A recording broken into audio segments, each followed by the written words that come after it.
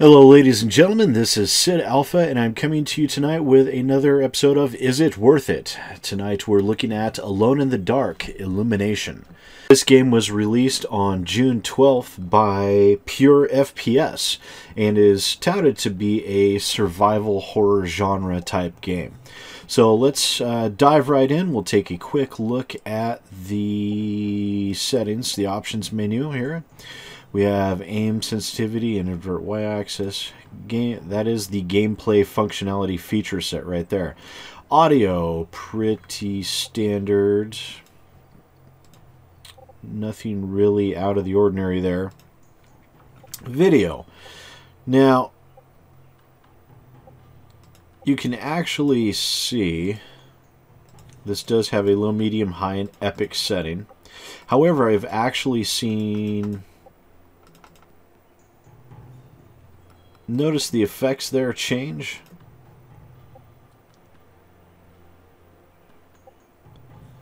Question is, can you spot the difference?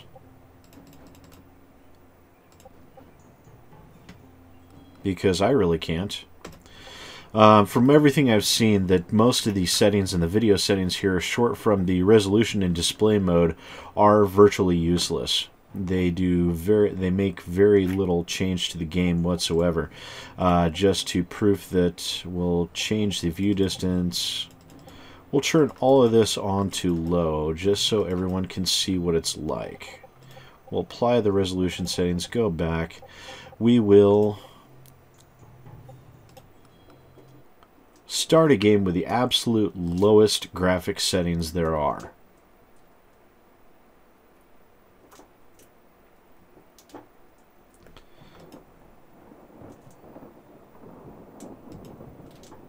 And you'll notice the graphics showing in this game. Oddly enough, that flashlight seems brighter than what I was used to. Okay, there's your resolution. So we'll exit to main menu. We'll pop back in with all the graphics turned up as high as they'll go and see what sort of difference we get.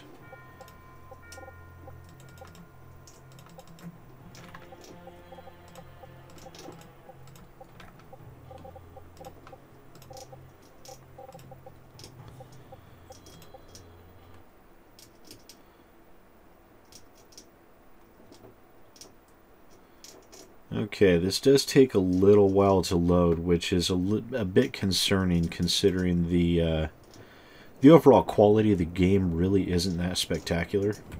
Yes. So you'll notice one thing. The flashlight is dimmer. Oh, you can see the payphone is a bit clearer. So I guess the graphics settings do make a slight amount of difference. However, the overall graphics texture quality is not that high. I love my arm goes right into the wall there with no problem at all. Look at that. So, this is Alone in the Dark. This is basically a fairly iterative game. It's not innovative in the least. From what I've seen so far, your basic game mode is a series of fetch quests and kill zombies that happen to get in your way.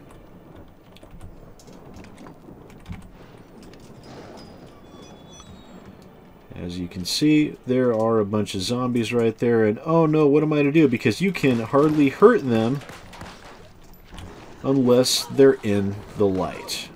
Then they start glowing, and you can drop them.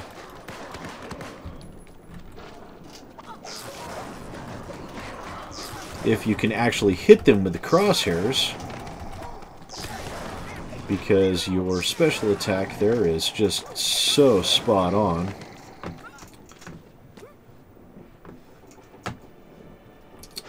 Yeah, this game, that's basically the vast majority of it right there. Nice delay there, that was fantastic.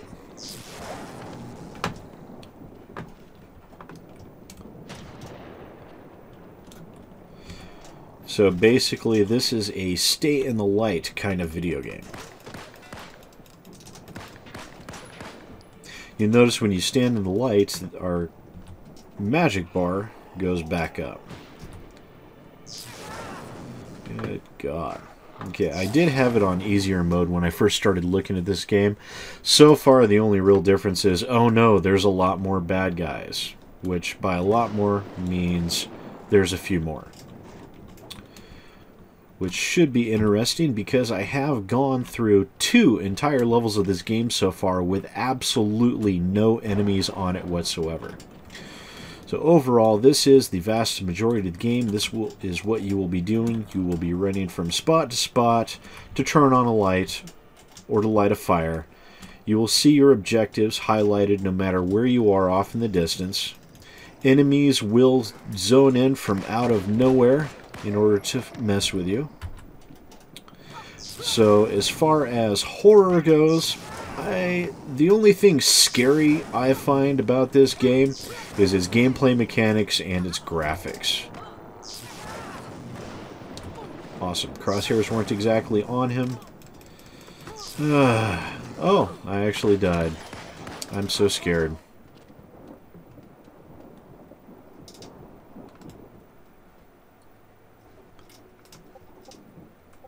Okay. Retry level. Fantastic. So overall, what this game is designed to do, even though this is supposed to be a horror survival game, it is very much a very iterative,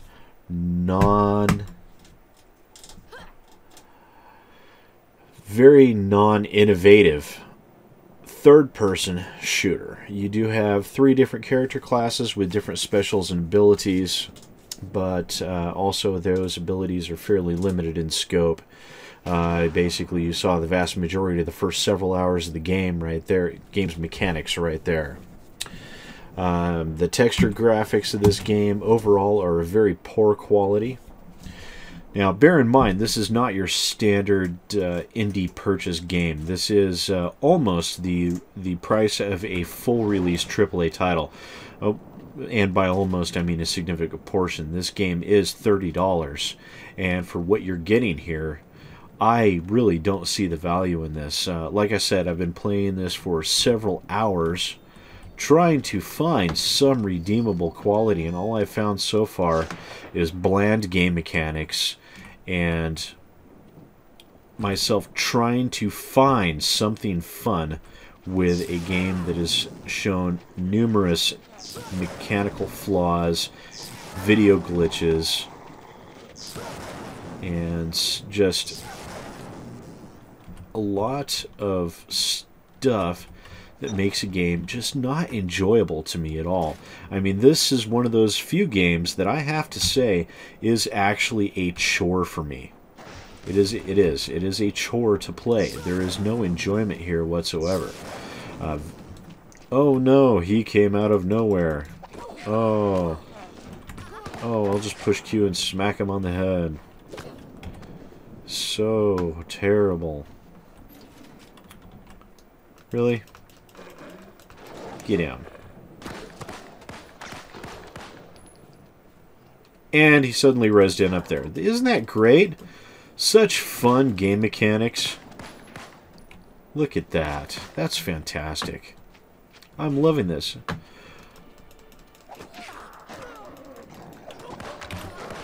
Basically, you aim and you button mash. That is the extent of the gameplay here. Because ammo, it appears, even on normal difficulty levels, really doesn't seem to matter.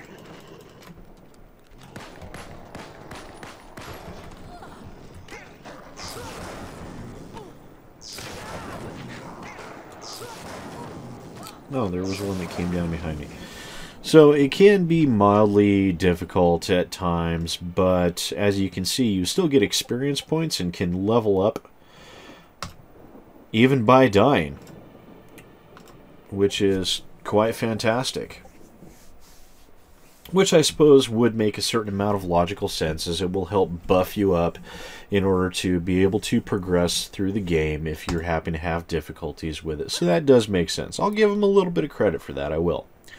But overall, this game has, I wouldn't say necessarily buggy, but has been very glitchy. I have seen on no less than within 2 hours of gameplay, no less than a dozen different video glitches, AI glitches, pop-in, resin, everything you can imagine. And what you've seen so far, that is the entirety of the game mechanics. You turn on a light because if they're not standing in the light, you can't hurt them unless you're using your special attack. If there happen to be a group of them, your special attack will also wipe out multiple enemies. Oh no!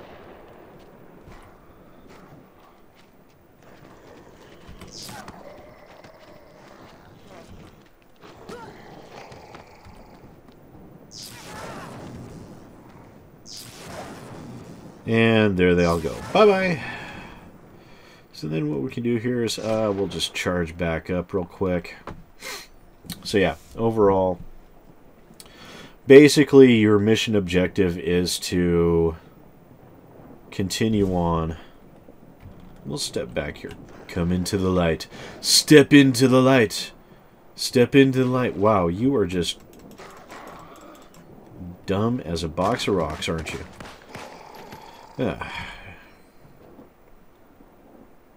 Really? That was on you. There you go.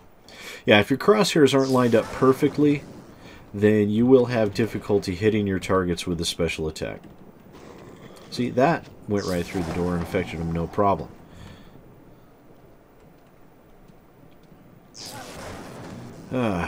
This game, I don't know.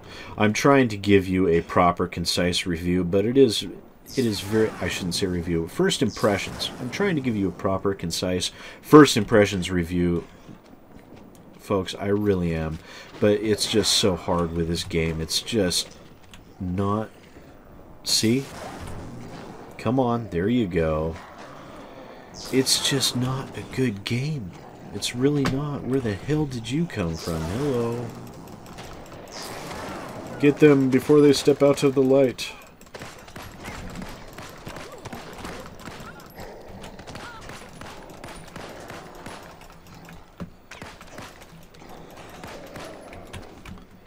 Yeah, this is not a good game at all. I'm sorry, folks. So, overall, as you can see, this is mostly the entirety of what you do, as I keep trying to get back to my train of thought. Just so awful. Suck on that. And like I was trying to say before, is you will see your objectives highlighted off in the distance. And overall, which is actually somewhat nice because you will know the general direction of where you're going.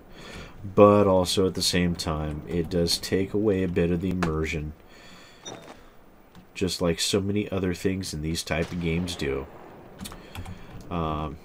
And like I said, I'm not going to go into this overly long on a game like this because, frankly, it's not worth my time, and I really don't think it's worth your time either.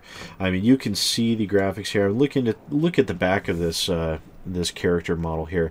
It actually looks like she's wearing a skin tone T-shirt with. Really, just go. Just go. Just go.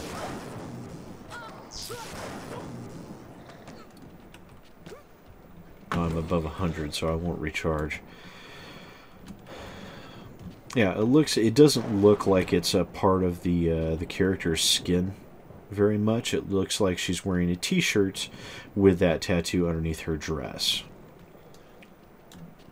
And like I said, overall, the graphics for a game of this price, the graphics are underwhelming, to say the least. They really are. And this is your main objective, is to get up to that room. So you see that, the doors are open. Go up here, there should be a bad guy showing up any moment. Oh, see the sparks there.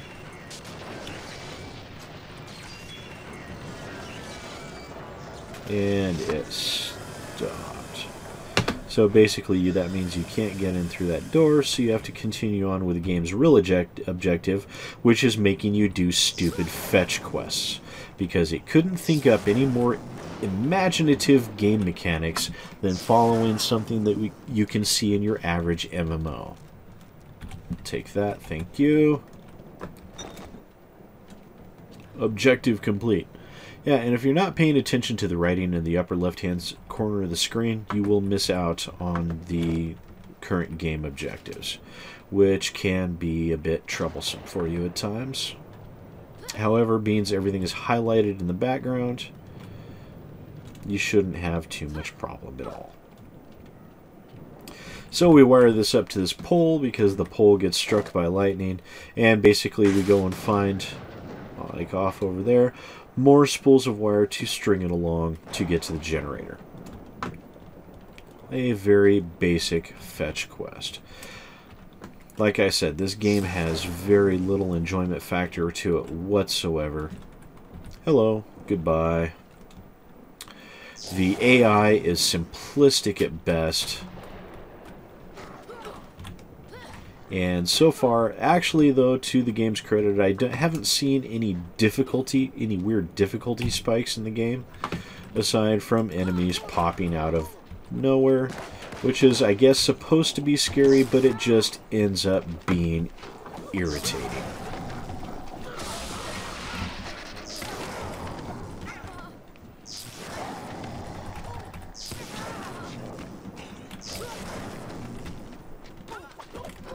And of course, because my crosshairs weren't quite on it, it did manage to kill me.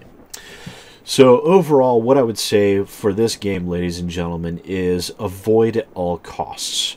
The gameplay is simplistic. It is not what it claims to be, which is a horror survival genre game. From what I've heard, this is not. This has been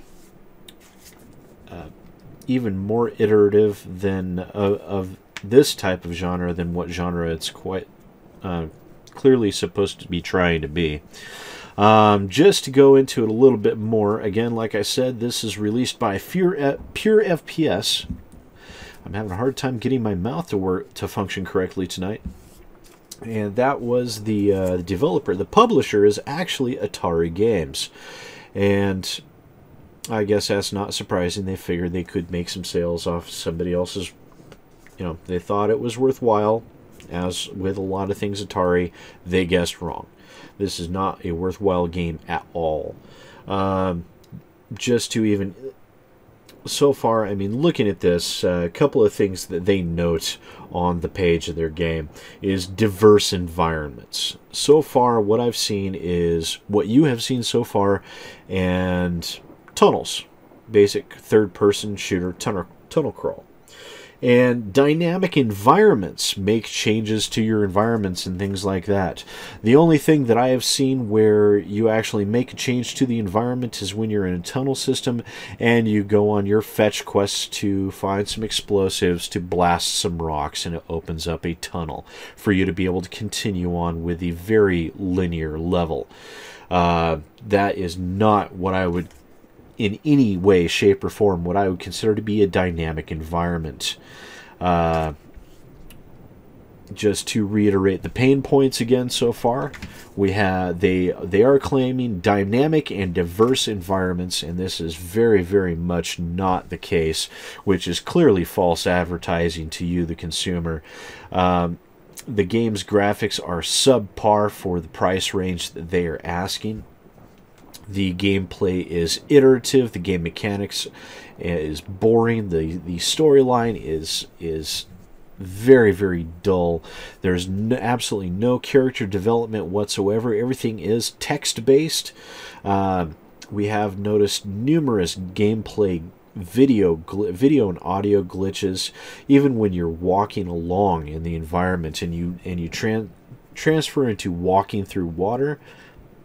The sound stays exactly the same. They made no changes whatsoever, whether you're walking on ground, wood, concrete, water, any of it. There is absolutely no change. They just didn't bother. They didn't care. So overall, I would say to you, the customer, please do not buy this game. It was a waste of money. I'm sorry that I did it, but at the same time, I needed to. It looked interesting, and I thought it would be fun to review for you guys, or at least give you first impressions on, but I was wrong. And, you know, every once in a while, I will come across a game that I'll have to put a video on that is not fun. You know, that comes with the good and the bad. I'm trying to keep you informed as a consumer. I'm not just doing this to show you, hey, this one is good, you should go check it out. If I were to do that, all you'd have to do is take a look at the titles of the games on my page, and you'd say, okay, he thinks those are all right. But no, this was more about informing you before you go and make a mistake by purchasing this dreadful game. So, this has been Alone in the Dark, a pure FPS game that is $30 or your regionally equivalent if you are interested in purchasing this god-awful piece of garbage. But like I said, please, please don't do it. Don't do it to yourself. You deserve better. I mean, I love you. You watch my videos. That makes you all right in my book. So, that being said, don't buy this game. Don't do it. Don't do it. Avoid it. Skip on to something else. Trust me, your life will be the better for it. Once again, I am SidAlpha. Please remember to like, favorite, and subscribe, and don't forget to share with your friends. And I'll see you next time.